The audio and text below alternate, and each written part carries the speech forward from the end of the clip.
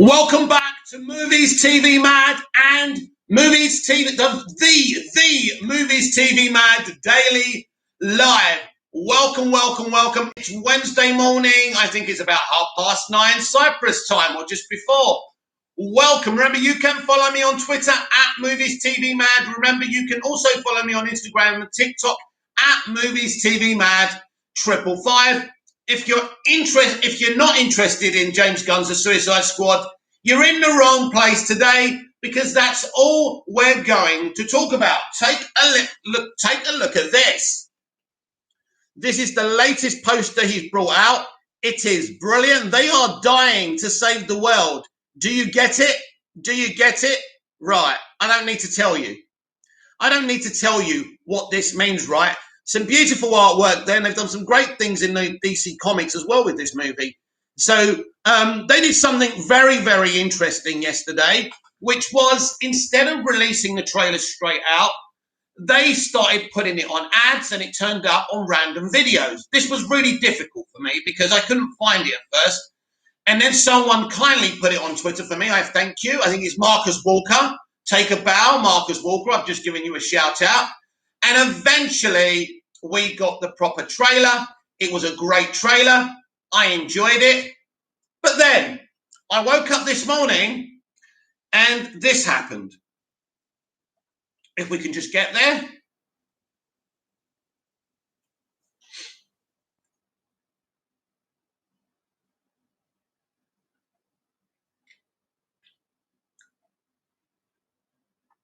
James Gunn doesn't know if Bloodsport shot Cavill's Superman. This, James, is a very, very dangerous game to play. James Gunn is a showman. He's an exhibitionist. He loves to show off for the fans. But there's one thing you do not mess with: Superman. And when you start messing with Superman, James, you could get yourself in a lot of trouble. This is a Screen Rant article by Josh Planese, and let's read it, then I'll give you my thoughts. The Suicide Squad writer-director James Gunn says he doesn't know if Idris Elba's Bloodsport shot Henry Cavill's Superman or somebody else. By Josh Planese. I think this is a serious statement, because people are going to take this seriously, and people are going to get upset, and they're going to take it as read that Henry Cavill's being replaced. The Suicide Squad writer-director James Gunn doesn't know if Idris Elba's Bloodsport shot Henry Cavill's Superman or somebody else. Best known for helming the MCU's Guardians of the Galaxy franchise, Gunn is set to debut his first DC Extended Universe outing in the spiritual reboot. The Suicide Squad's several characters are returning from David Ayer's 2016 film, which means it's not a reboot. Characters are returning from David Ayer's 2016 film, as it focuses on a team of anti-heroes coerced into working for the good guys. Margot Robbie, Harley Quinn, and other returning members of the squad will be joined by newcomers including John Cena's Peacemaker, Joe Kinnaman's Rick Flag, and Elba's Robert Dubois, aka Bloodsport. In anticipation for its August release on HBO Max and movie theaters, by the way, did you forget to mention that? The Suicide Squad's final trailer recently surfaced online, giving fans a better look at these newcomers, beginning with Elba's character and his daughter, Tyler Dubois, whose criminal record seems to be Bloodsport's motivation to work for Viola Davis, Amanda Waller. Opening with an introduction to Bloodsport's history, the trailer explains Waller's interest in him ever since he was incarcerated for putting Superman in the ICU with a kryptonite bullet, something that has carried over from the comics and has been previously confirmed by Gunn. While Gunn has confirmed that the Man of Steel did indeed survive his confrontation with Bloodsport, fans shouldn't expect a cameo from Cavill. Now remember, don't listen to these people. Don't listen to these people. We will go into this in a moment. In an exclusive trailer breakdown with IGN, Gunn spoke on Bloodsport's introduction. The director clarified that while his movie does take place within the DCEU and Elba's character did shoot Superman, he's not sure which Superman. Check out what he had to say below. Now, this quote I'm going to read out later, because I'm going to read that whole IGN interview as well after this. So Bloodsport is in prison for putting Superman in the ICU with a kryptonite bullet. Yes, the Suicide Squad is part of the DCEU, but I don't know which Superman it was, because I don't cast the next Superman. So it could be Henry, it could be somebody else.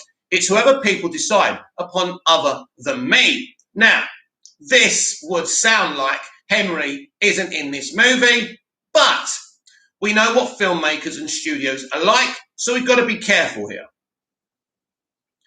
In the comics, Du Bois has a mental breakdown after his brother returns home severely injured by the Vietnam War. Lex Luthor ends up manipulating Du Bois into believing Superman is his enemy. Therefore, as Bloodsport equipped with kryptonite bullets, Du Bois faces off with Superman, which leads to Bloodsport's arrest. Seeing as the Suicide Squad is part of the DCEU's main continuity, this could have something to do with how Luthor knew Superman's weakness in Batman v Superman: Dawn of Justice, or considering Warner Brothers' track record for abandoning narrative blueprints like the Snyderverse, maybe audiences shouldn't inverse references too seriously. Well, James Gunn and the MCU have got a habit of references, by the way. We'll discuss it afterwards. Following the lackluster reception of 2017's Justice League and all the drama surrounding the Snyder Cut, Cavill's future as Superman is up in the air. Fans had waited for a follow-up solo feature to Man of Steel since 2013, and now it seems like they will be getting a new red cape via the J.J. Abrams-produced Superman movie. On top of that, Sasha Calle's 2022 debut as Supergirl in The Flash seems geared towards making audiences forget about Cavill. Really? Really? Whether the Suicide Squad Superman reference ties into future films remains to be seen. However, given Gunn's comments, it should be taken at face value. Absolutely. Now, you've got to remember that Screen Rant are very, very biased towards the Snyderverse. Nothing wrong with that. The Snyderverse is great. I'm just telling you what their agenda is. Right. So Gunn says that he doesn't know if Bloodsport has shot Cavill's Superman or another Superman. Now, don't forget, this incident of Superman being shot by Bloodsport with a kryptonite bullet and being put in the ICU is a history thing. It might not even be recent history. Could it be pre-BVS? It could be. It could be anything, right? Here's the thing. As I said on the top of the show, it's a very dangerous game to mess around with Superman. Now, this could basically, Gunn could just be doing a comic book reference here and never mentioning Superman again, and never mentioning the fact that Superman was shot with a kryptonite bullet and was in ICU, thanks allegedly to Bloodsport. Now, let's look at the comic book element of Lex manipulating him to do this. I think this is a thing. I think Lex manipulated him to do this in the DCEU as well. I think this will probably be referenced. I don't expect to see Jesse Eisenberg's Lex Luthor in the film or anything like that. So don't expect that either. The question is here, is James Gunn telling the truth? Or is James Gunn making this up and Henry Cavill does cameo, or some other Superman cameos in this movie? I don't know the answer to that question, but I do know something. When Walter Hamada approached James Gunn to do a DC movie, the first character he was offered was Superman. This is old history. And we know that Gunn said no, he was desperate to do the Suicide Squad. So, Gunn actually told us on Twitter or Instagram, I can't remember, that Walter Hamada showed him all his plans for Superman in the future of the DCEU. So it is absolutely impossible for James Gunn not to know if or not Henry Cavill is still Superman. He knows. He knows if Henry's Superman still exists in this universe because Hamada told him his plans. So he would have said to him, these are our plans, Henry's not part of our plans, or Henry is part of our plans. We know a couple of years ago, Henry said, basically, things are going to happen, you just have to wait. I don't believe Henry's done within the DCEU. I've told you many times on all my socials and on here mostly that if Henry Cavill was done with Superman, he and his people would announce it because they have a fan base to take care of and they wouldn't be dishonest with them, right? They wouldn't keep quiet on something so huge. So Henry Cavill is still Superman within the DCEU Earth 1. Gunn is lying about one thing. He knows if Cavill is still Superman in the DCEU Earth 1 because Walter Hamada told him his Superman plans. He told us that himself. So at the end of the day, Gunn is lying. Now, if Gunn's lying about that, it's more than probable that Cavill will cameo in this movie? I don't know. I don't have a clue. He could be being straightforward. I don't know. I don't have any idea. He does have an idea. He knows. He knows Walter Hamada's plans for the future for Superman in the DCEU, in its multiverse strategy. He knows because he told us that Hamada told us his plans. But as I said, this is a very dangerous game to play, to make statements like that if you're playing with people or if you're not playing with people. Probably, James, you shouldn't have said anything about Superman and this reference. This could just be a comic book reference. I'm loving the fact that he's adapted, a panel from DC Comics and used it for Bloodsport. I like this idea. It's cool. And if it's a reference, it's a reference. And I'm fine with that, right? Sooner or later, we're going to find out whether Cavill is part of the plans or not part of the plans. I think he is, because, as I say, something as big as this would have feeded. Basically, when Warner Brothers want to tell us something, they go through Deadline, the Hollywood Reporter mostly.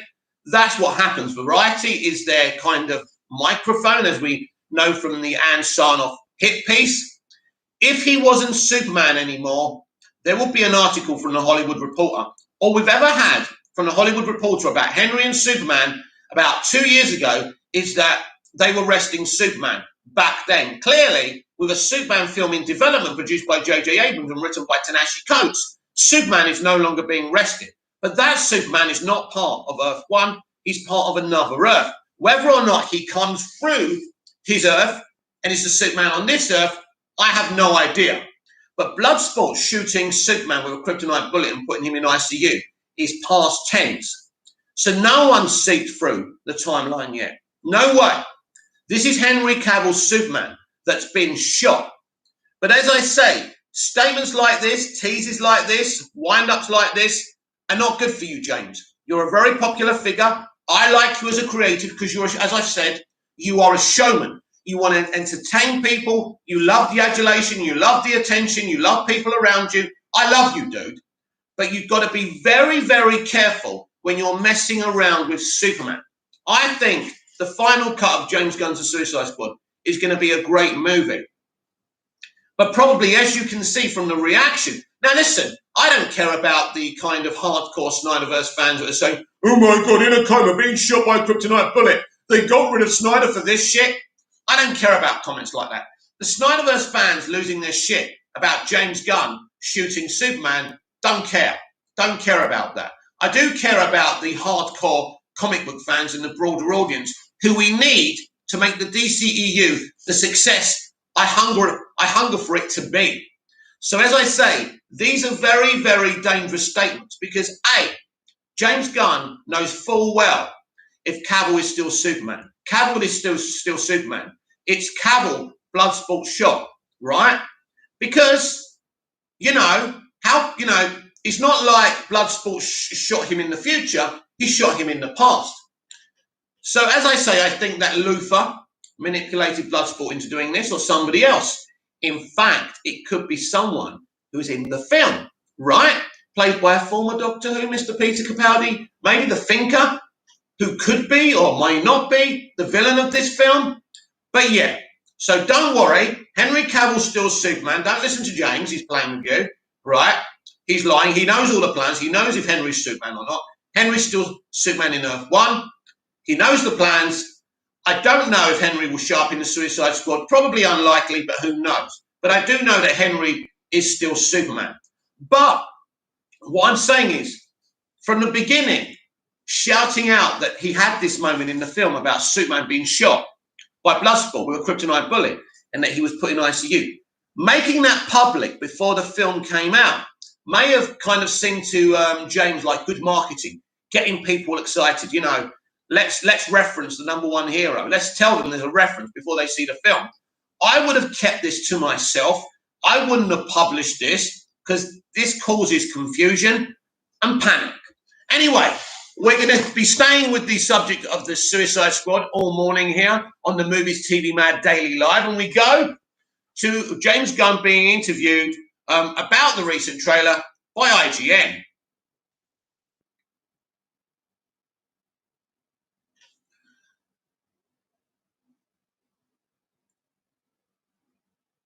Exclusive trailer breakdown with director James Gunn from IGN. James Gunn talks about humanizing the villainous cast and whether the sequel is still a DCEU movie. Yes, it is, by the way. These are the questions these idiots asked by Jesse Sheehan of IGN. If Zack Snyder's Justice League didn't quench your thirst for more DC movies, it did, mayhem, we still have the Suicide Squad to look forward to in 2021. Warner Brothers just released a new trailer for the long-awaited DCEU sequel, and James Gunn stopped by IGN to provide some director's commentary on his new footage. If you want to see the highlights from Gunn's commentary, we've got you how characters like Bloodsport and Ratcatcher 2 anchor the movie costume seems so familiar.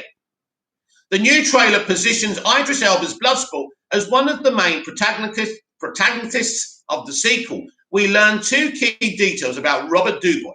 He's in prison for shooting Superman with a kryptonite bullet, and Amanda Waller, Viola Davis, is using Dubois' daughter, Tyler Storm Reed, as leverage to convince him to join Task Force X. The Superman backstory is taken directly from the comics, as Bloodsport came close to killing the Man of Steel in a 1987 story. However, fans shouldn't expect that confrontation to be shown via a flashback in the Suicide Squad, while Gunn confirms the film is still set in the larger DCEU. Even he's not sure what DC's future Superman plans are at the moment. He's lying. Again, I'm going to say, he is lying. He knows exactly what their plans are. Walter Hamada showed him his plans, told him his plans. He told us that on social media. You can go back whenever he said it. You can look through his posts. You will find it, unless he's deleted it now. But he is lying. It's as simple as that. Bloodsport is in prison for putting Superman into the ICU with a kryptonite bullet. Yes, the Suicide Squad is part of the DCEU, but I don't know which Superman it was because I don't cast the next Superman. You know the plans. So it could be Henry Cavill. It could be somebody else. It's whoever people decide on other than me. Well, James, you know the plans. You were told the plans before you joined up. You know the plans, James. At the end of the day, right, you could have skipped that answer, right? It doesn't matter if this is just a comic book reference and Henry's not in the movie. I don't care about that, right? Whether or not it is Henry or not. These are things you shouldn't really be discussing before the movie comes out. It causes negativity and it could harm your movie as well, James. In many other ways, however, the Suicide Squad Bloodsport is very different from the source material. Interestingly, Gunn reveals he originally wrote the part with Elba in mind, even though he wasn't sure which character Elba would actually be playing. The truth is, I wrote this role for Idris Elba, not knowing which character from the comics I was going to use, Gunn says, and there were lots of times of using different characters, including a made-up character. So what I did instead was I took one of the characters I liked from the comics by the name of Bloodsport. Gunn continues in the comics his ability to pull weaponry out of thin air, and the way we interpret that in this film is he has a costume that is covered with all these different gadgets that he uses. All his weaponry that are those transforming pieces of weaponry.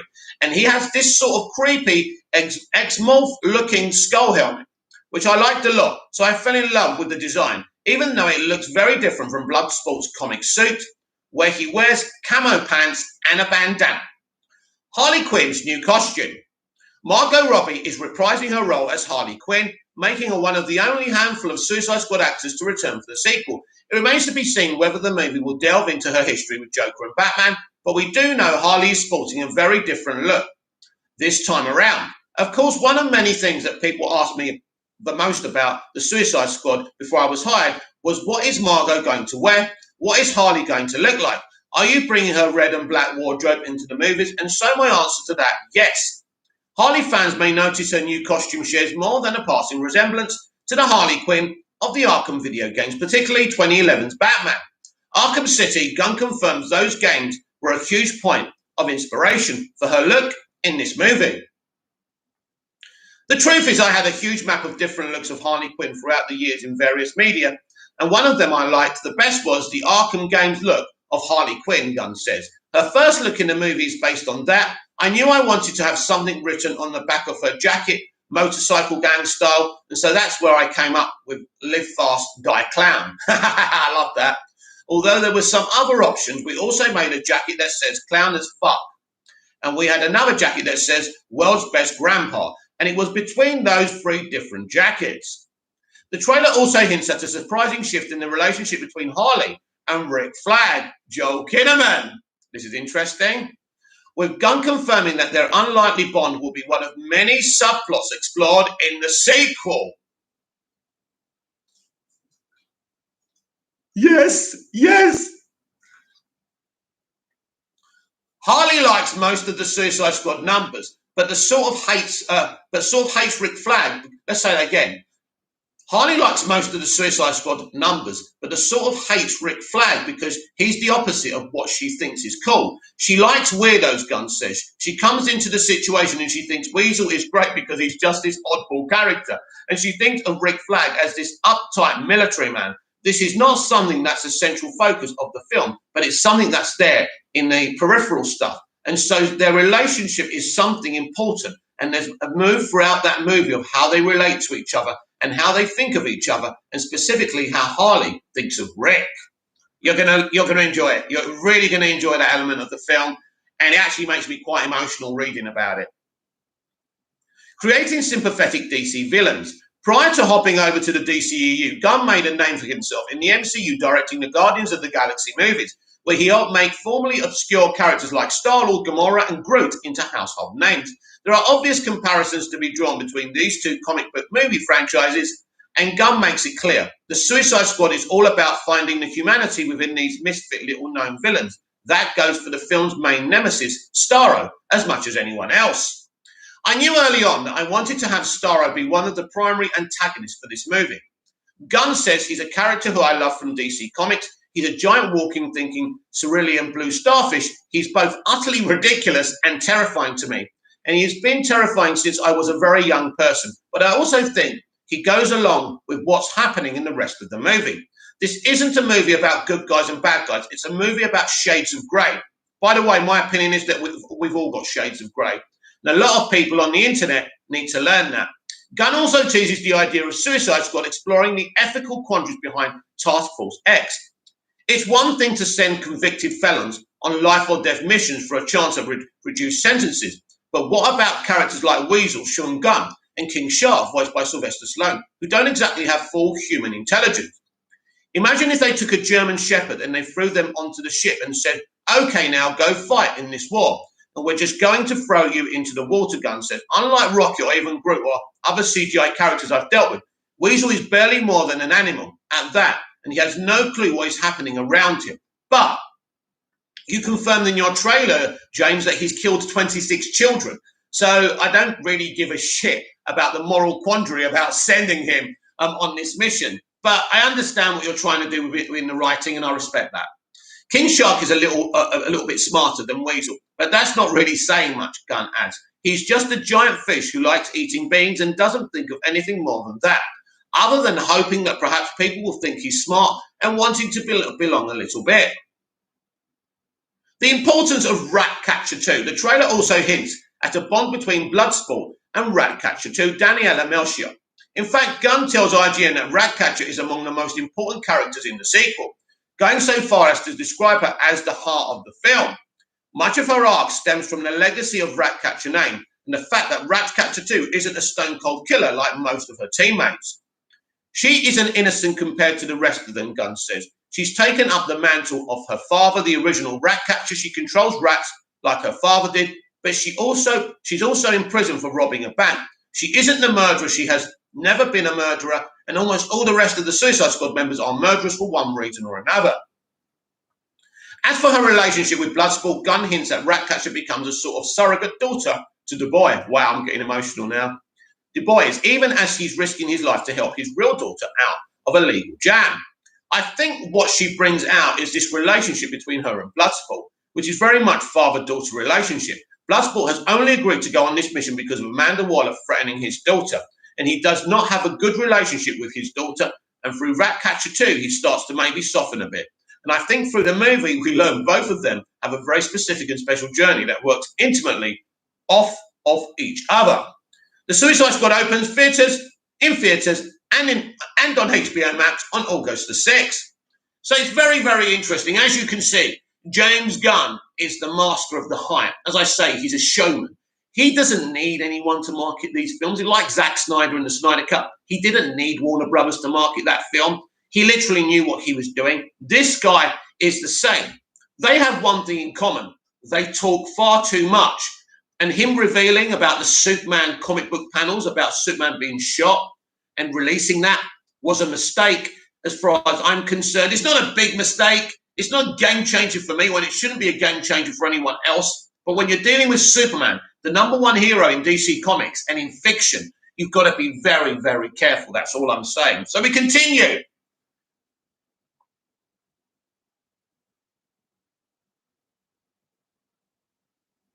We continue with the James Gunn Suicide Squad themed Movies TV Mad Daily.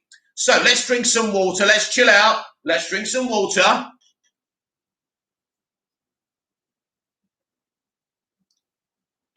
I talk really loudly. It fucks my throat up. It fucks my energy up. So I just need to drink some water. You understand, don't you?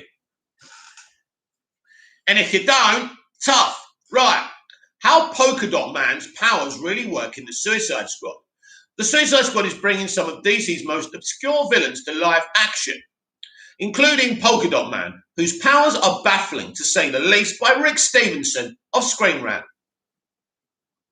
The Suicide Squad features a large ensemble of obscure and athletic, what the fuck is that word? Athletic DC villains, including the aptly named, oddly outfitted Polka Dot Man, who wields mysterious powers, played in the movie by David Das Maschlier. Polka Dot Man joins Weasel, Ratcatcher 2, Captain Boomerang, Harley Quinn, Bloodsport, Peacemaker, and the rest of the eponymous squad in the battle against Starro. A few of those names are a bit better known, but most will be brand new to anyone not intimately familiar with the stranger corners of DC lore. By the way, if we go back to what James said about Starro, saying he wanted to make all his kind of characters sympathetic, that's a clue to you whether or not Starro is actually the main menace of this movie. I'm not going to say anything more than that. Polka Dot Man, real name Abner Krill, was first introduced as a Batman villain in the early 1960s. Krill was a minor criminal in Gotham, taken primarily to small crimes and robberies, who succeeded via a high-tech suit he constructed for himself. Covered in dots of various sizes and colors, the costume looked harmless enough. However, each dot could be fired off of the suit as a projectile, and once they were airborne, they would transform into all manners of weapons and gadgets. Flying buzzsaws, flashbang grenades, and even getaway vehicles could all be summoned by firing the correct dot, all of which were controlled by Polka Dot Man's belt. It is a ridiculous concept for a ridiculous villain who's never done much of note in the DC universe, and now it's being brought to live action. From what's been seen in the trailers, it appears that the Suicide Squad's version of Polka Dot Man has similar powers to his comic book counterpart. Revealed footage shows him firing dots off his costume to strike foes from a distance, suggesting that his powers are still tied to the suit itself. This time, though, the villain has what appears to be some high-tech gauntlets to go along with his belt, which glow when firing off dots. No major dot transformation has been revealed as of yet, which could mean Polka Dot Man's powers have been toned down a bit, and that the dots won't be much more than fancy bullets. Hopefully, the inherent ridiculousness of the Suicide Squad will mean some of the Polka Dot Man's more baffling comics abilities will also get to come out. His flying saucer dot, for instance, which does exactly what it sounds like. It would be funny to see in the middle of a giant bloody battle against Starro, or maybe the film will introduce some new super dots just as odd and unexpected as the ones from the comics. In all likelihood, the Suicide Squad will do little to justify Polka Dot Man's 1960s sci-fi powers beyond a couple of jokes. You haven't seen the film, have you? You haven't seen the film, have you? Some characters in the film have even more bizarre powers, like TDK, who can make his limbs fall off, and Weasel, who is a giant weasel in a world where, with those other characters, a suit covered in high-tech expanding projectiles doesn't seem so strange. It should be fun to see Polka Dot Man showing off all his quirky powers on the big screen when the Suicide Squad releases. I don't know where these people get their logic from. Anyway, you are going to love David's performance as Polka Dot Man. He is great. We've seen him in other DC stuff as well. He's amazing. He's sensational, and you will love him in James Gunn's The Suicide Squad.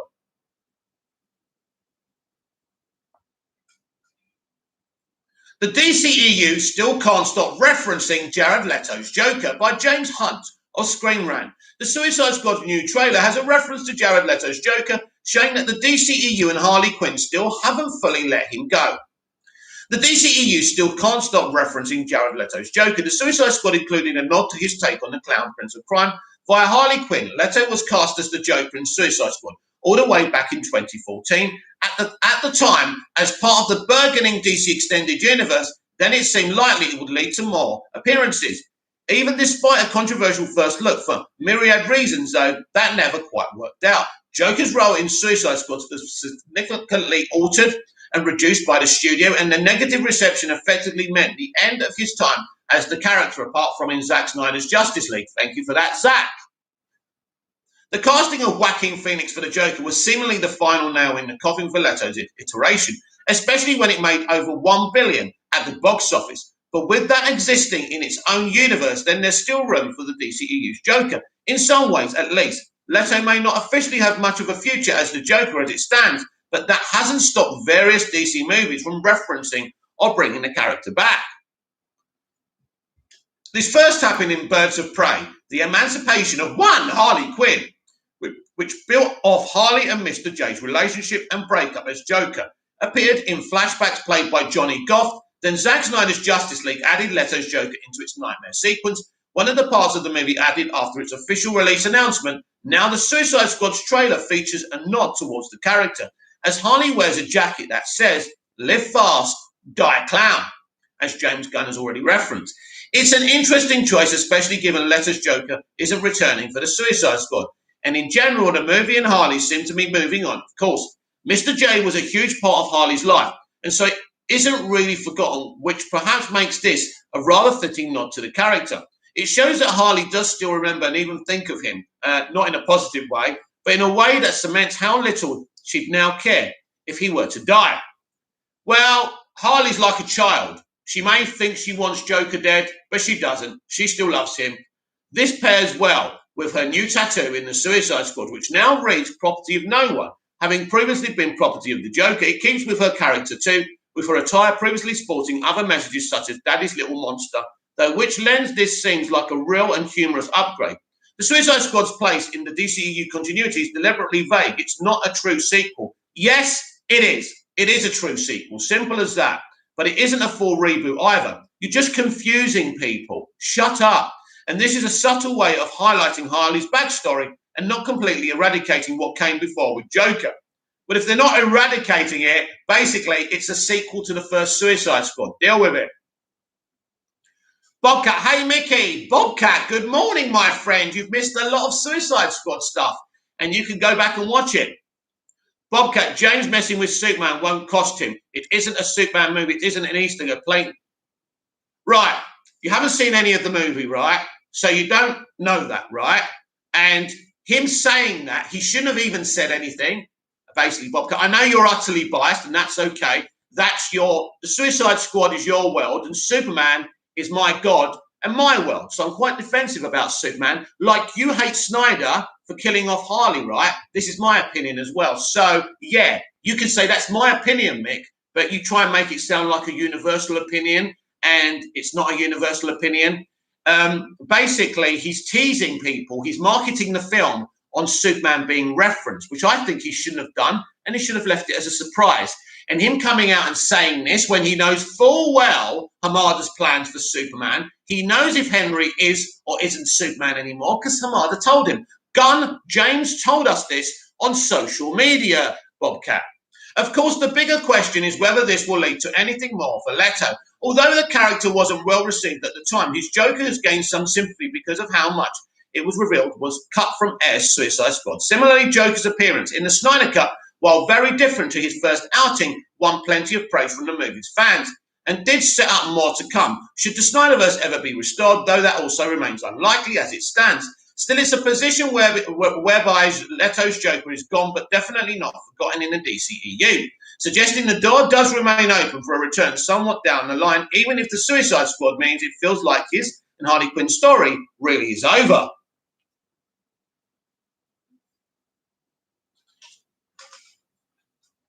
Bobcat, well, it isn't really a Superman movie. Everyone already knew its character's backstory. We know, Bobcat, we know, you're not listening to me. I know it's not a Superman film. I understand that. I'm not a moron. But he should have left this reference, this Easter egg, as a surprise, if that's what it indeed is. I'm not sure that it is, but we will see, right? And saying things like he did about him not knowing who Superman now is and who Idris Elba's Bloodsport shot. When he knows the plans, he knows that Idris Elba shot Superman in the past, which would make it Henry Cavill. It's a really weird thing to say. It stirs the fans up, and it could hurt the movie. It's not clever. Don't mess with Superman. He is the #1 character, superior to Harley and any Suicide Squad character.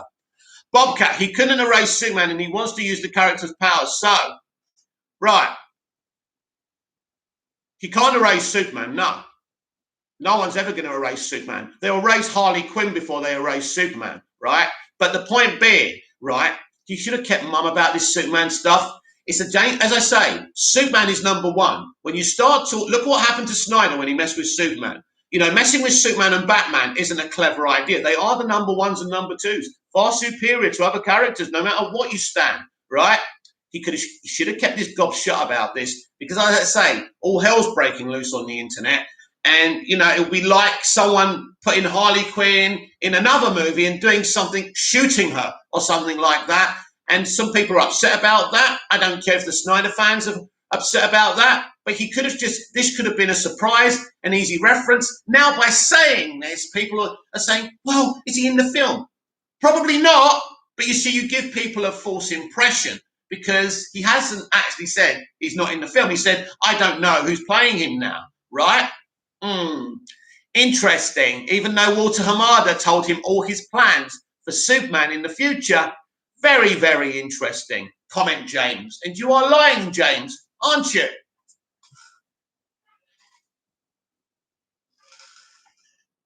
But never mind. It's not a big deal. I'm just giving my opinion. Bobcat, be right back. Okay. John Cena compares James Gunn's directing style to WWE CEO Vince Mahon. The Suicide Squad director James Gunn's style is very much like Vince Mahon's, according to former WWE star and Peacemaker actor John Cena. Lightsaber 328. The man. Any thoughts on anime? I'm not an expert on anime, I'm afraid. Lightsaber 328. I do apologise. I've seen a little bit of it. I like it. It's cool. But I don't really, I'm not passionate about anime or anything like that. But I've seen some of it. It's cool, of course. Right, this is an article by Adam Benz. The Suicide Squad director James Gunn's style is very much like Vince Mahon's, according to the former WWE star and Peacemaker actor John Cena. John Cena compared the Suicide Squad director James Gunn's style to Vince Mahon's, best described as a soft reboot. Gunn's Suicide Squad will return a few characters from David Ayer's critically panned predecessor from 2017. Harley Quinn, Margot Robbie, Amanda Waller, Viola Davis and Rick Flag, Joel Kinnaman headline the returning cast, which means it's not a reboot. Anyway, notable newcomers to Task Force X include Bloodsport, Idris Elba and a Peacemaker, John Cena. The latter will be getting a solo series on HBO Max. The spin-off was announced long before audiences will see Cena in the Suicide Squad on August the 6th. It's really funny, right? Let me explain to you, Screen Rant and journalists and everyone, what a reboot means. A reboot means it's like when you switch your computer off and you reboot it. You're starting again. This film is not starting again. It's a continuation. Now, it's not continuing the saga completely. This is its own thing, an own story, right? But this is not a reboot because it's got characters and threads from the first movie. So there. Described by Cena as a douchey Captain America, Peacemaker is a paradoxical character. At his core, he's a pacifist who believes in achieving peace at any cost, even if it requires the use of violence. Cena's character is a lovable addition to the film's team of eccentric ex-cons, looking to redeem themselves on a suicide mission. Still, Gunn has warned not to get too attached to any characters in the Suicide Squad, since many of them won't make it out of Project Starfish alive. Peacemaker's fate is still up in the air, since his subsequent series will likely be set before the film's events. In an interview with Collider's Stephen Weintraub, Cena was promoting Fast and the Furious 9 when he was surprised with a question from a fan. That fan turned out to be the Suicide Squad James Gunn, who asked, "What makes James Gunn so better than any other director you've worked with?" Which led to an interesting answer from Cena. Read his response below. Wow, James Gunn's actually saying he's a great director. Wow, but it's good to be confident, right? Ronnie George, morning, mate. Oh boy, have you missed a lot already, Ronnie? That's an easy question to answer. James is everything, and the reason he is such a great director is because he assumes all roles. He creates the story from the ground up. He supervises the story as a producer. He manages all personalities when they're on the set. As a coach, he's very determined in his selection process of the cast, so he's a casting agent. He's meticulous on small details, so he's a wardrobe design. He's a ridiculously intricate storyboarder, so he's a production designer as well. He's almost like the Vince Mahon of a movie. So, yeah, he does everything. He's a bit like Snyder, not in the same style, but he does everything. He can do great visuals. He can do great storytelling. He can do great character development. He can do it all. And this is why he's so successful as a director. Ronnie Dodge, I saw certain fans losing it about Superman. Ronnie Dodge in Suicide Squad. Right, Ronnie, have you heard what James Gunn has said? Because I've referenced this already, but we'll go into it a little bit more now you've arrived. So James Gunn said he doesn't know if Henry Cavill's Superman is the one shot by Bloodsport or if the character's been recast. He doesn't know things like that. I'm saying he is lying because Walter Hamada told him his full plans for the future for Superman in the DCEU. Also, Bloodsport would have shot Superman in the past. So that would definitely be Henry Cavill's Superman. So Gunn is really being a bit cheeky. He knows full well what version of Superman's been shot. And it's got to be Henry's Superman, for sure. Anyway, that's that. So I don't know what you think about that.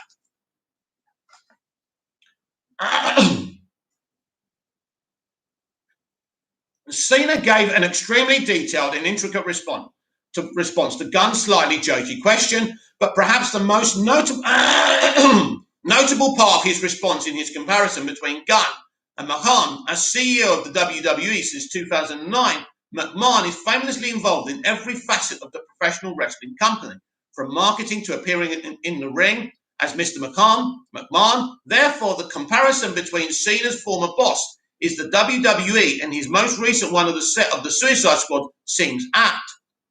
Cena's answer goes to the more significant point of Gunn's status as an auteur, which is rare for comic book films, which is more commonly crafted for a collaborative process. After the Suicide Squad and Gunn's work on Peacemaker is complete, he shifts back to Marvel for a third and final installment of Guardians of the Galaxy after that. It will be interesting to see what comic book property Gunn tackles next. Well, it will be over on DC, my friend, so you'll soon find out. Maybe hard for you, but that's what it's going to be.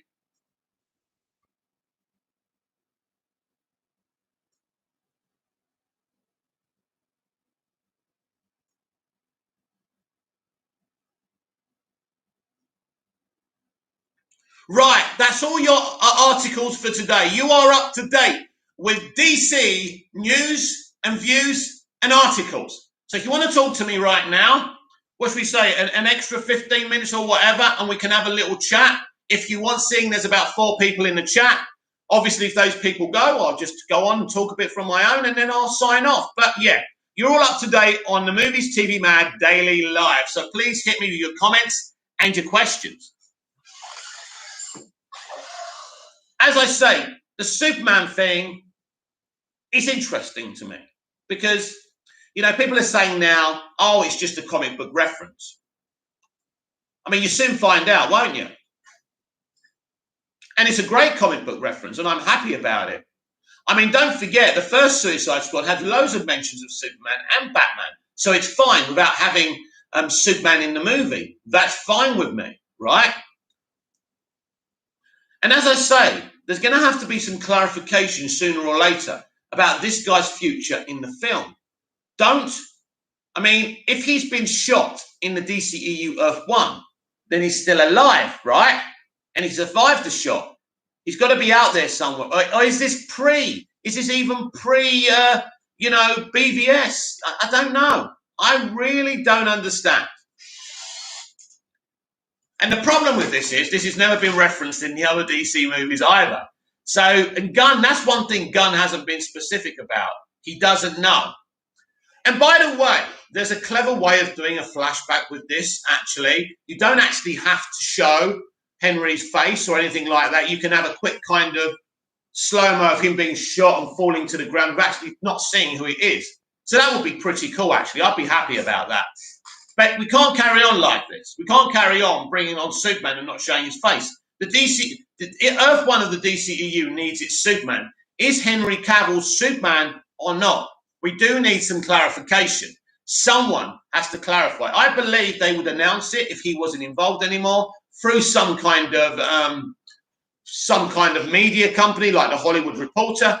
So I think we would know by now if he still wasn't Superman. So I'm saying he still is Superman.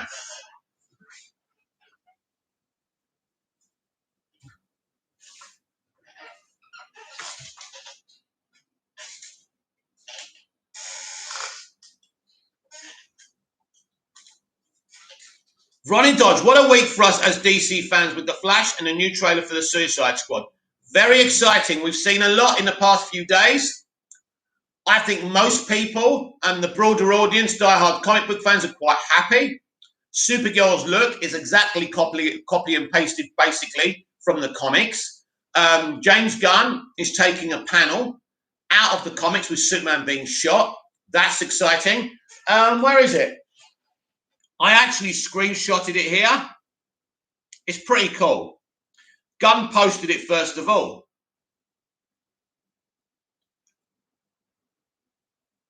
Where are we? It's not there. Here it is. So this is pretty cool. So there's the comic book panel. And I think this is after he's been shot. I think. I'm not quite sure. So pretty cool. Pretty cool.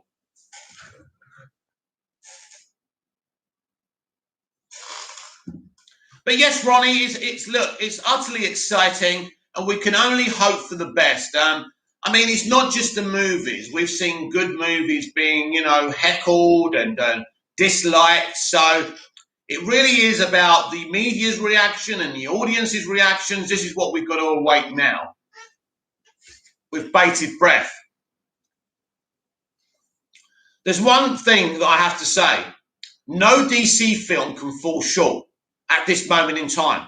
They are under such pressure to make a success of this franchise now that every film that's either in development or being released, like the Suicide Squad, they have to be literally the best movies ever. It doesn't put Warner Brothers or the directors of these films, especially James Gunn, in a good position because you're under pressure. These have to work. It's as simple as that. There can be no excuses anymore. And if it doesn't, it's done. It's dead. Probably they may as well just fucking give up unless they're willing to bring someone in who understands it. But right now, I'm backing Walter Hamada, and I'm going to see what he's going to come up with. But these films have to hit big. These films have to be successful, and there can be it made this, it made that. These films have to do very, very well, both in terms of reactions from the audience and from the media as well. We will see. We've got the Batman next year. Obviously, we've got the Flash movie. We've got Aquaman. We've got Black Adam. We've got Green Lantern Corps on HBO Max. We've got Peacemaker. We've got other films that, they're making Batgirl, I think, for HBO Max. I'm not sure about that. Listen, so it is very exciting in practice. But a thesis is one thing. But once the artwork is finished and you've got to see it, it's got to work for the audience. The audience are king. Simple as that. It doesn't matter what they say publicly, that it's not up to the audience, blah, blah, blah. I'm a director. I'm going to use my freedom. If your film don't make money, as we've seen with the Star Wars sequel trilogy being panned, basically, look what they're doing with The Mandalorian and the other stuff. They're moving away from the sequel trilogy. I mean, interestingly enough, they're trying to show us how Snoke was created and stuff, but maybe they're trying to fix the sequel trilogy. I mean, probably a dangerous game to play. It's like the DCEU. They're trying to fix the DCEU franchise by going back to the start, by not forgetting, by not saying this stuff didn't happen, but it's a proper reboot of the universe by Barry Allen, The Flash. And so, you know, they're under, you know, so much pressure. And I'm very interested to see how this plays out, especially when you've got people who have an agenda, a negative narrative, who are waiting for you to fail. There's a lot of pressure out there for this studio and these directors and these creatives. I wouldn't put myself in their shoes for anything. I'd just rather carry on writing my plays. A lot less pressure with that. But yeah, so I love superheroes. I love DC especially. Of course, Superman is my character, the best superhero ever created.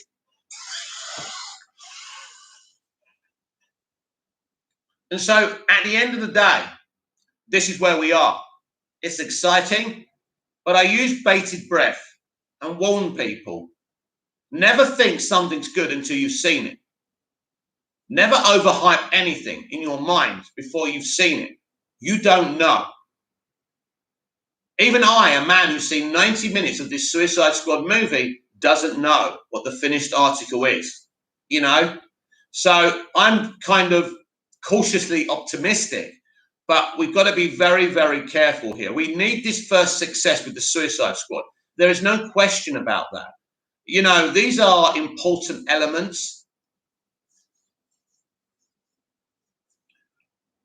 And so they're my thoughts on the DCEU. You know, I mean, if nothing ever went wrong with Zack and he kept on making DCEU movies and he did his art, I wouldn't have even cared. I would have been happy with that.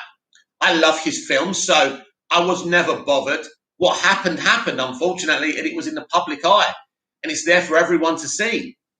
I think it will go down in the annals of Hollywood history. I mean, no one really in Hollywood talks about Zack Snyder and what happened apart from the media and the fans, us. But it's out there. We know that DC's first attempt in a cohesive, interconnected franchise didn't work because there was a clash of personalities and ideas. Of course, this happens all the time in Hollywood, as it would. Jesus Christ, it happens all the time with me and the theatre company I work with. I want to do a shortened version of my gender wars story, and they don't want me to do that, and that kind of pissed me off. But this is what happens. It's not because they're bad people, or maybe I'm a bad person. I don't know. That's for other people to decide, right? But what I'm saying is, there's always a clash with creativity, and people who are shocked what happened with Snyder in the studio. The only shocking thing is how public the disagreements were, because this happens in Hollywood and entertainment all the time. Your bonus features are bullshit. People are so naive about this industry. It's really, really funny. But I'm excited with what's coming. But all I can say is I don't know if it's going to be any good. That's all. I don't. And you don't. But all you can do is hope. Hope they're finally getting it right. This is a big few months for them. I mean, this is a massive movie. They went out there. They got James Gunn. James Gunn did a really good job with the first movie. I like his first Guardians of the Galaxy. I like the second one. But it wasn't what the first one was to the audience, although it made a lot of money. I still think he got his characters right in the second film. I don't think there's anything wrong with the film whatsoever. I just think the first one's a rewatchable classic. That's the only difference. I'm not sure too many people go back for fun's sake to rewatch Guardians of the Galaxy Volume 2. And this is what happens. Because in the first film, there's no threads to continue. There's just an origin story to tell. And he did that really, really well. When you're doing a sequel, it's difficult because you can't make exactly the same film as before. When they did the Star Wars sequel trilogy, they can't make exactly the same films as before. They tried with the first one, of course. That kind of actually worked for them within the box office, if you remember, if you cast your minds back. So sequels are notoriously really tricky. That's why I think Superman 2 is such a good sequel. It actually works as a sequel. It's a continuing story of the first movie, and it works, and it still has the environment and atmosphere of the first movie. So, yeah, I think Richard Lester did a good job. And I did prefer the theatrical version to the Donner cut, but then Donner wasn't able to make his movie anyway, so it's unfair to compare them. But I am a fan of the Richard Lester cut.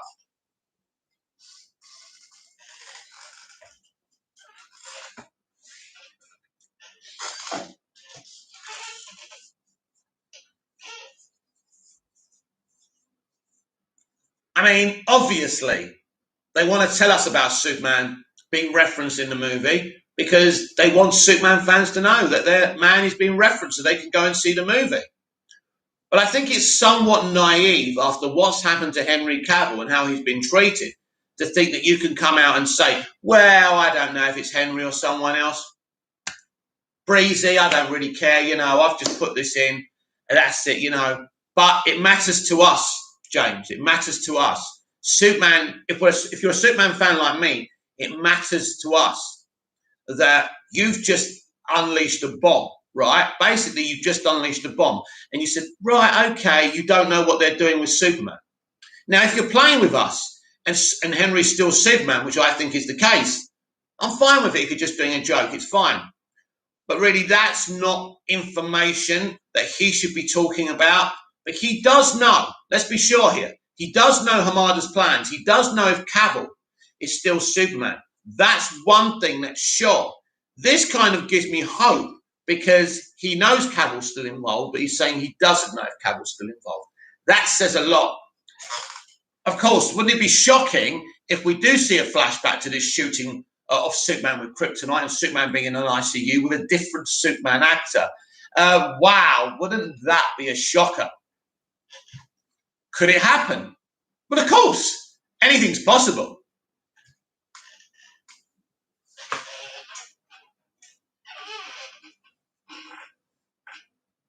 We will wait and see. There will be opinions from the whole of the internet. That's why I love movies today, because everyone's got an opinion. It's great. But let's be under no... Ronnie Dodge, do you think Michael will be at Fandom? Michael? Who's Michael? Sorry, Ronnie, you threw me there. I don't know who Michael is. I'm sure it's obvious. Oh, Keaton. Do I think? Yes. Oh, definitely. Yeah, of course. Anyone who they've revealed to be part of that Flash movie will be there. But I'll be very, very surprised if they may give us a surprise of someone who's going to cameo just to hype things up. But I would think, yeah, people who have been, we've been told Sasha will be there, Michael will be there, Grant will be there, I think. Obviously, Ezra will be there. Let's not forget, this is Ezra's film. He's the lead of this film. I think the guy playing the father will be there as well. People like that, Ronnie, for sure. Yeah, but no surprises, I don't think, in terms of anyone else in the movie. They want to reveal things in the film. That's something that's lost in this generation, in this audience today. They want to know everything about the film before they see it. And that's a spoilt brat mentality. I want to know now. Well, you can't. Wait till you see the film. But Keaton will definitely be there. Ronnie Dodge, yeah, the Flash panel is the most I'm excited for, to be honest. I think Michael will be there. I think they'll all be there, the ones we know about. But don't expect anyone you don't know about to be there. They're going to be very, very careful. Obviously, the Batman will be there. Robert Pattinson will be there. Matt Reeves will be there. Their cast have all been revealed, so they can be there. Obviously, Fury of the Gods will be there. Their cast and director will be there. So basically, everything that's coming will be there. Green Lantern Corps will be there. The TV series Peacemaker will be there. So you'll have John Cena there and James Gunn there. Very exciting, of course. So, yeah, everything you know about and is in development and upcoming will be there to a point. Ronnie Dodge, I hate when people want to know everything. I like twists. Well, back in the good old days, right, you watched the film and you watched it. That was it. When that guy's waving a sword at Indiana Jones in Raiders of the Lost Ark, there was no internet. I didn't get a telegram telling me, by the way, this is going to happen in Raiders of the Lost Ark. Times have changed. Ronnie Dodge, doesn't Helen Mirren look amazing? She certainly does. And I'm loving the sneer she's giving Shazam. I think I don't only think she's going to be a villain. I think she's going to be a very funny villain at times. One of those cruel villains that cracks a joke, a bit like a Cruella de Vil with Glenn Close, that kind of thing. So I think she's really going to be great, and I can't wait. Helen Mirren was a coup for David F. Sandberg. Credit to David for getting her in. I wasn't expecting that. Seeing the fact that most of the new people are not that well known. Obviously, we've had a Snow White live action movie announced. Rachel Ziegler, that's her name. Rachel Ziegler, someone who knows me and I know, and we've had a bit of a tussle on Twitter in the past. She's very vocal with political issues. She's one of them, I'm afraid, but a very talented young woman, and I think she'll do a great job. But she's cast on DNA. That's why she's doing so well. She is talented as well, by the way, so you can't say she doesn't deserve it. But I just like them to give different young women a chance. And it's funny because Rachel talks about identity politics. Why doesn't she give her Snow White role to a Native American actress? Only saying. In fact, if she starts giving it on Twitter again, I'm going to quote tweet her and say that to her. Let's see how she reacts. But very excited about Helen Mirren on the Aquaman set. Ronnie Dodge, did you see Zachary tweet about Helen? It's a dream come true. Yeah. Listen, Ronnie, Helen isn't the serious lady everyone thinks she is. Dame Helen Mirren, that's her full title, right? But she's very talented. It's a bit like acting with... It was for Christopher Reeve and Susanna York to act with Marlon Brando in the first Superman film. She's a legend, she's a legend. I mean, even Russell Brand got to act with her in the Arthur reboot. So, I mean, that must be amazing for someone like Russell Brand who doesn't even act anymore. I mean, what an opportunity he had there. But unfortunately, he had his issues and it didn't work out for him. But now he's doing very well on YouTube, Russell Brand. I'm really enjoying his YouTube channel. And if you're into the kind of spiritual and mystical things about life, Russell Brand is the man to go and see on YouTube. He's really good. I love him. I think he's great. I'd love to get him on the channel, but I think he's probably too expensive. And wasn't there a picture of Zachary on his phone dressed as Shazam, which is pretty funny? But it was a really good picture, actually. They got him really good. So I don't know if that's from the movie or if that's from reality. I'm not sure about that. But of course, it's so epic to know that all these films are coming. We've never really had this. 5 films coming at us in the space of 2 or 3 years. It's amazing. Not even a couple of years. We've got 4 films coming out in the next 12, 15, 18 months, right? It's pretty amazing. It's pretty exciting. But it's one thing to be excited about something, but it's never a foregone conclusion. It's interesting, right? Because Bobcat was saying last night, so hyped up, and he came in and he said, this is going to be my best film ever, better than this, better than that. But you don't know that.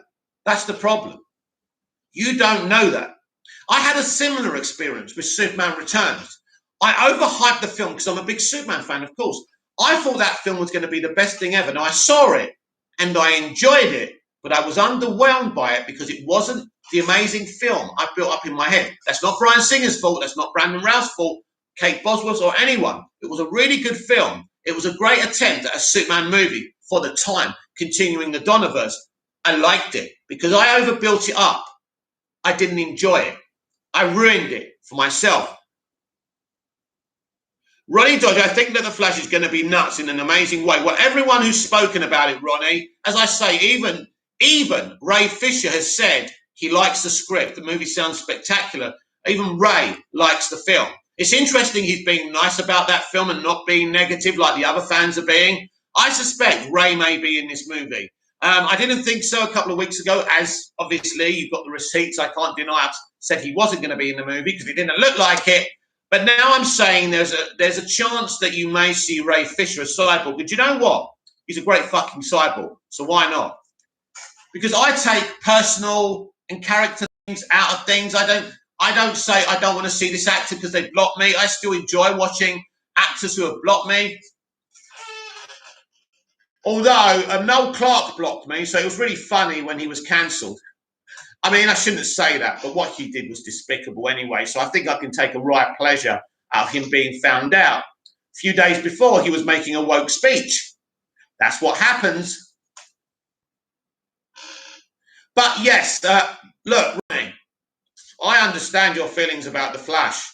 I'm so excited for that movie. But again, I'm warning people not to overhype in their heads. Because whether it's the best movie ever, you're still going to be disappointed. And you're going to have ideas in your head about this happening, that happening, this one's being in it. That's the problem with movies where you know DC characters are going to be in it apart from The Flash. You start getting ideas above your stations. You think, well, what if this one's in it? What if Reverse Flash does this? What if this happens? Blah, blah, blah, blah, blah. And your mind's going to explode. And in the end, it's never going to be the film you imagine it to be. I mean, Man of Steel wasn't the film I imagined it to be. It went beyond the film I imagined it to be. Me as a young boy, you know, wondering if they could do something amazing with a Superman film. And I love Superman the movie, but in the 90s, I just wondered, with all the special effects, I just wondered if anything amazing could be done. And Man of Steel is a visual feast of how Superman should be displayed. And if we never see Superman, any Superman again, which we will, we get J.J. Abrams and Nashi coach Superman. But if we never see a Superman again, or never see this version of Superman again, at least we've got Man of Steel. Even in BVS, he's awesome, especially when he fights Doomsday, right? So even if we don't get anything else, I think we've got so much Superman we can be proud of. Another great episode of Superman and Lois last night. I think I saw the end clip. I did see the end clip where I saw a trailer of next week, so I kind of know what happened in this episode. And I think it sounds like it was an amazing episode. So Superman's really going big guns right now. So I'm sure we'll see him somewhere. Don't worry, Superman is not dead. Ronnie Dodge, Grace said on her video, Ezra has been going up to fans watching filming. I think he's trying to repair his image, which is a great move. Ronnie, let me educate you. Let Uncle Mick educate you, right? There's no reputation needing fixing.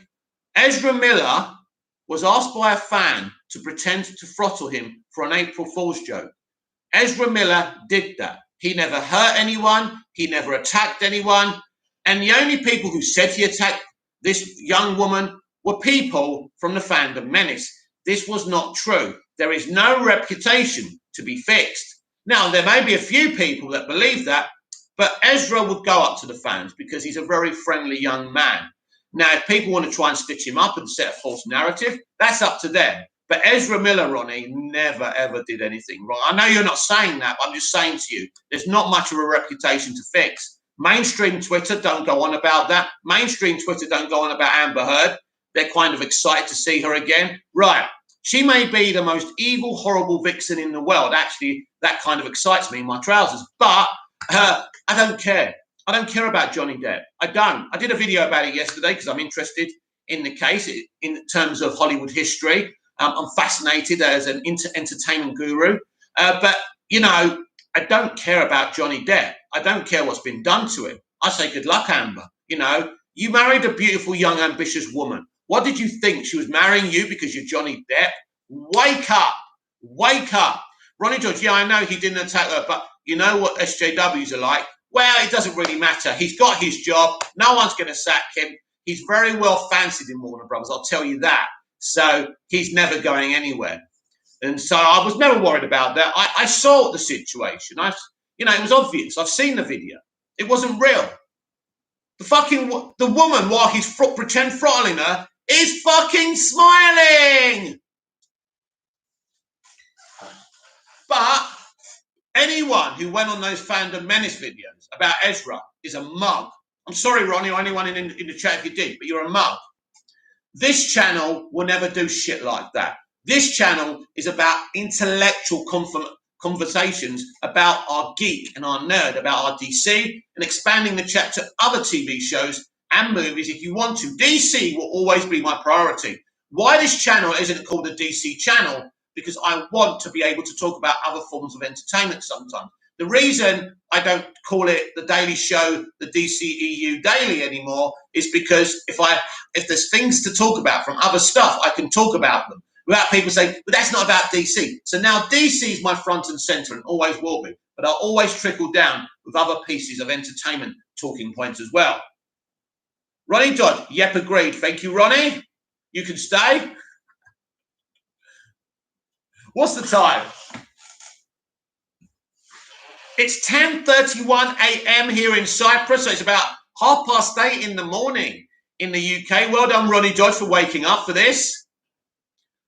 I think Bobcat did come in, but I was getting a bit narky with him.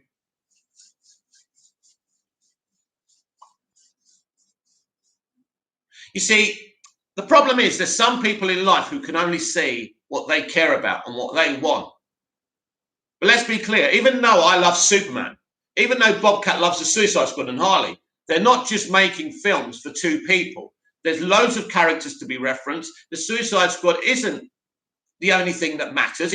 For me, it's the next movie. So I'm standing it and I'm getting excited about it and I'm talking about it. And I can't wait to see the completed freaking version.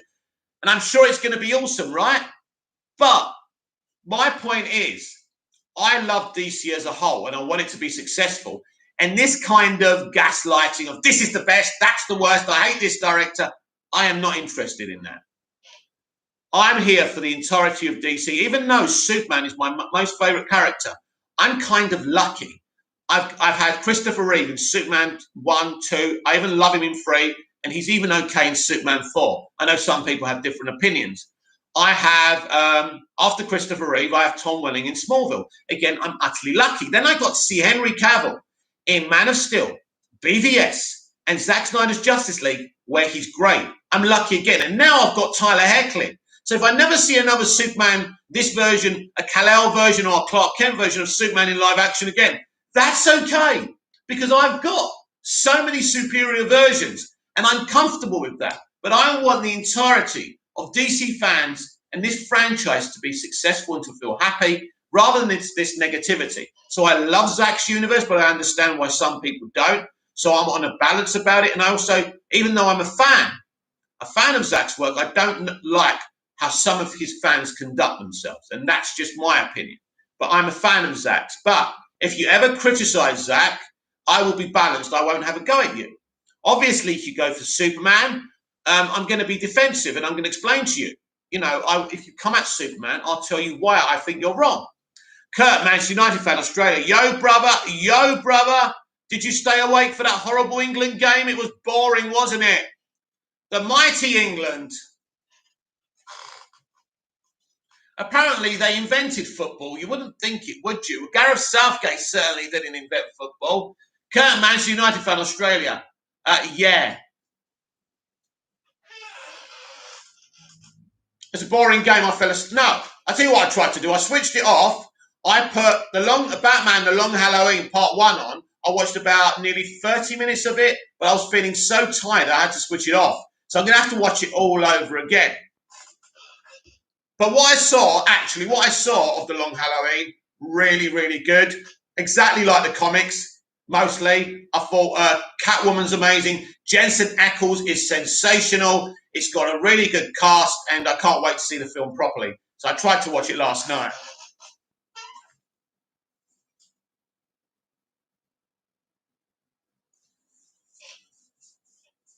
Right, if you've got any other comments or questions, now's the time to put them because I'm about to wrap up the stream. We've been on the stream for over an hour.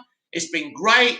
Basically, if you want to see any of today's headlines discussed, then you can go and watch the video again. I give you my opinion on James Gunn talking about Superman being referenced in his movie, saying he doesn't know if Henry Cavill is the Superman that's been shot by Bloodsport. So I called him out for being a liar about that because Walter Hamada did tell him his plans. So I discussed all of today's headlines in DC Entertainment. There's not many big kind of entertainment stories anywhere else in the entertainment industry. So we focused on DC, which is a pleasure to me because I know about DC. So it's cool and I'm passionate about it and it's awesome. Ronnie Dodge, I'm excited to see the cinematic multiverse, as am I. Being born and to see Keaton and Supergirl join Earth 1 will be interesting and epic. I couldn't have said it better myself, Ronnie. It's very epic. But as much as I love Sasha and I've loved her television work, and I'm so happy and excited about her casting, I don't want Supergirl replacing Superman. That would be something that I would have to take issue with, which would take away my enjoyment. But again, as I've already said, I care about the whole of DC and all DC fans' enjoyment.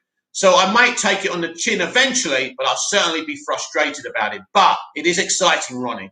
Kurt, Manchester United fan, Australia, brother, why games at 4 a.m. last night? Well, I think it was 4 a.m. for you, Kurt, not 4 a.m. for people in Europe. Am I right? So what is 4 a.m. in the UK, for example, in Europe? If you were watching it at 4 a.m., what time was it in the UK? Let me tell you.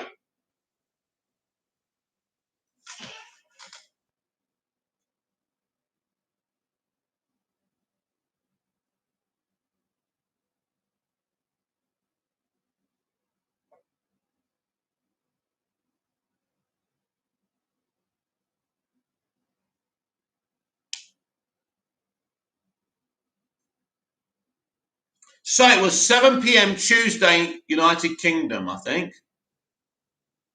Yeah, 7 p.m. in the evening. That's why. Ronnie George, yeah, we don't until we see the movie November next year. Yeah, we don't know. We don't know. We don't know anything. People are just making, I know a lot of people like to make shit up, but we will see what's happening.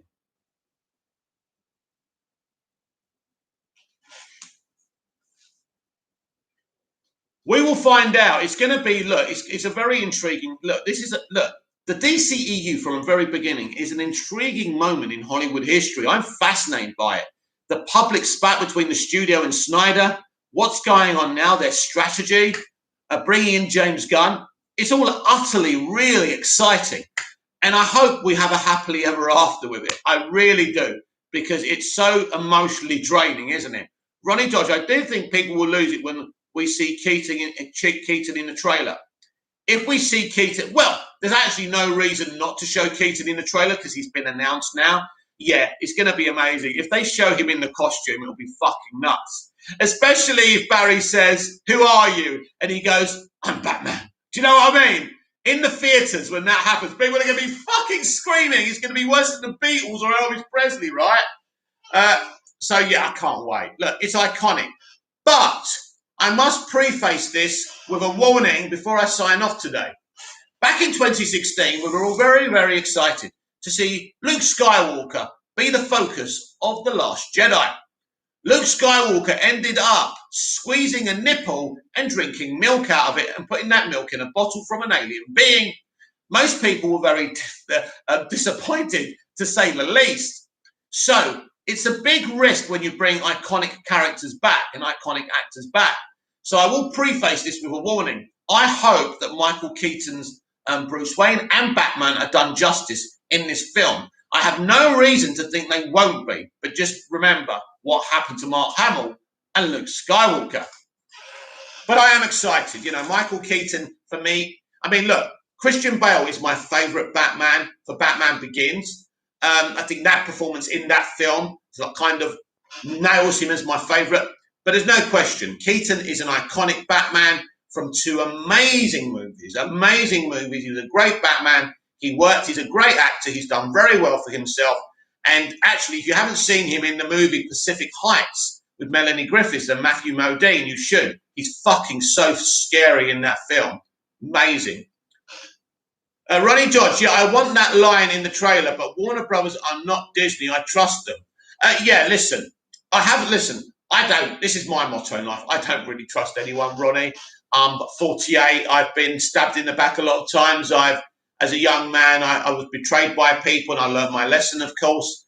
And obviously, movie studios have betrayed us as well before, even Warner Brothers. But hopefully they understand now, for their own sakes, for the success of their own brand, that this has to work, and it has to be done properly. And this can only be about entertainment and not egos. So let's hope they get it right. But absolutely. And Disney, I suppose, have served their fans well. Disney fans are happy with what they're getting, aren't they? They're happy with the live-action Disney, the animated adaptations. They love the MCU, and they love the Incredibles movies. They love the Pixar movies. I think they're well happy. I think that some Warner Brothers fans would say they're not so happy. So let's see if we can turn this good shit WB around and have some positivity around it. So there's some very big things happening for us within DC. Warner Brothers Discovery is happening. It's all developing all the time. And here at, let me say that again, and here at Movies TV Mad, I'm here to keep you updated, but to give you a reaction, to give you an impassioned, emotional reaction and opinion, because this is not just about giving you information. No, go somewhere else for that. This is about opinions. Ronnie George, I think we would, let me say it again. Ronnie George, I didn't think we would ever get him back as Batman, but he's staying around as Bruce for a while. Yes, look, as far as we know, he's coming back. It looks like from the on-set pictures that he's on Earth 1, and if that's the ending of the movie, he's here for a while. We're just going to have to wait and see. I don't want to get too excited about anything until I've actually seen it in the movie, but that does seem the way of it. So we'll just have to wait and see what happens there. Well, everyone, thank you very much. This has been Movies TV Mad. This was the Movies TV Mad Daily Live. I have updated you with everything, especially with the DC. It was about DC EU news today. I've enjoyed bringing it to you and my opinion. If you missed anything of this video of today's Movies TV Mad Daily, go back, watch the video again. If you haven't subscribed, for my sake, please like. Likes are very important. They can get me noticed on the algorithm. So if you support me, you like me, please like. Hit the notification bell so you never miss anything I do. I may be back later today, shortly, with some pre-recorded editorials. I'm not sure if I'm going to have the time. So there's some stuff to talk about. Otherwise, I will see you on tonight's stream, Movies TV Mad, live from around 6:30 p.m. or maybe earlier, UK time. Check your local times. Ronnie George, see you at tonight's stream. Sorry, I'm just looking if you said anything else. Oh, no, you didn't. Yeah, Ronnie Dodge, see you at tonight's stream. Yeah, see you later, Ronnie. Ronnie Dodge, take care, mate. Thank you very much, Ronnie, for turning up and your support, your everlasting support and your comments and your balance, by the way. I love your balance, Ronnie. You don't come all guns blazing. You know, you're very good and placid, and I like that. I know you lose it sometimes about the Snyder fans, but, you know, some of them do kind of deserve it. So thank you very much for your support, Ronnie, and everyone who supports the channel. Are very much appreciated, even if you watch silently and don't comment. I'm very, very proud and pleased that you come in and support me. And if you've ever liked the video, if you've ever watched the video, of course, I'm very grateful. So, until later, I'll see you. Au revoir, Cantona. See you later. And if you don't know who Eric Cantona is, you should be ashamed of yourselves. So until later on, goodbye.